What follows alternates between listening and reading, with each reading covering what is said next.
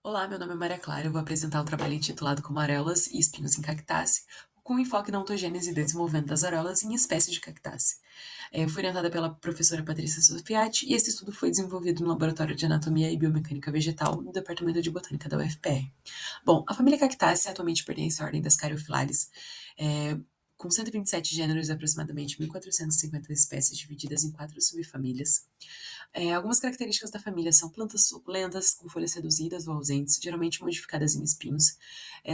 São plantas com adaptações a ambientes áridos e semiáridos e possuem uma ampla diversidade de especializações nesse grupo, resultando numa rica variedade de hábitos e formas. Quando a gente fala de ontogênese, sempre se referindo à origem ou desenvolvimento de alguma estrutura.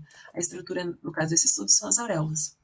Nessa primeira imagem aqui do fundo azul, temos o caule verde e cada pontinho desse é uma areola. E na imagem ao lado é um destaque, né, uma aproximação numa região areolar. Então, as auréolas, elas são uma importante sinapomorfia da família, presente em todas as linhagens de cactácea. E são regiões onde acontecem várias gemas axilares em conjuntos, né, sempre protegidas por brácteas e subentendidas por uma folha. Então, as auréolas, elas sempre acontecem na axilas das folhas e elas dão origem a todos os órgãos dos cactos. Flores, frutos, folhas, ramos vegetativos ou ramos reprodutivos, todos partem da areola, de uma areola.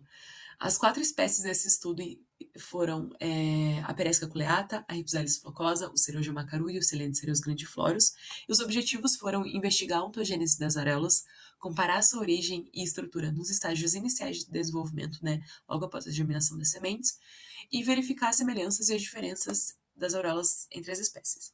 A metodologia inicial foi a germinação in vitro, desenvolvida no laboratório de micropropagação, com auxílio da professora Luciana Ribas, lá da UFPR. Então, inicialmente, essas sementes em condições assépticas dentro de uma capela de fluxo laminar passavam pelo protocolo de esterilização, pois eram inoculadas em tubos de ensaio com o meio WPM, e as plântulas que germinavam de forma saudável eram fixadas em álcool 70. Essas plântulas, então, passavam pelo emblocamento de estorresina, preparação das lâminas, né, e seguidas da coloração, e depois eram fotografadas no CETAF da UFPR. Foram definidos, então, 3 estágios, onde cada uma das 4 espécies foram fixadas em todos os estágios. Então, o estágio 1, somente os cotilédones das plântulas eram visíveis. Então, as 4 espécies foram fixadas nesse estágio 1. No estágio 2, o meristema apical caulinar, chamado de MAC, estava visível, mas não possuía espinhos, e o estágio 3, os espinhos já estavam visíveis. Então, também, todas as 4 espécies foram fixadas no estágio 2 e 3. Nessa figura superior aqui do canto direito, a gente consegue perceber claramente que é o estágio 3, porque o MAC está desenvolvido com o espinho também se desenvolvendo. Aqui na imagem das quatro plântulas, a gente consegue perceber que a maioria tem suculência, com exceção da Peresca culeata, ela é a que menos possui suculência, e os cotilédones são mais foliáceos.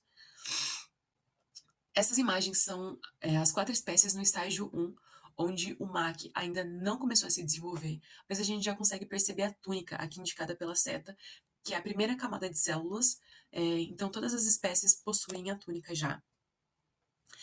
Aqui são as 4 espécies no estágio 2, onde foram comparadas as zonas desses meristemas apicais caulinares.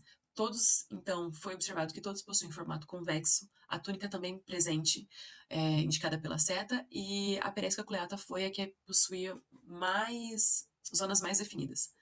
Aqui no estágio 3, todas as 4 espécies com presença de primórdios foliares, com tricomas e primórdios de espinhos, o que era esperado.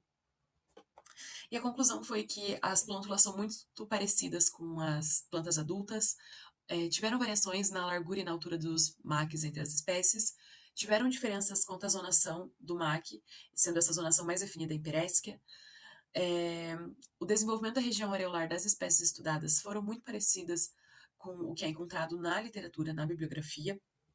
Todas as espécies apresentam primórdios de folhas e primórdios de espinhos, e as características, né, das auréolas nas fases iniciais de desenvolvimento mostram-se conservadas, o que evolutivamente é interessante, pois são estruturas presentes em todas as linhagens da família Cactaceae, o que indica homologia, né, dessa característica entre os grupos. É isso, muito obrigada.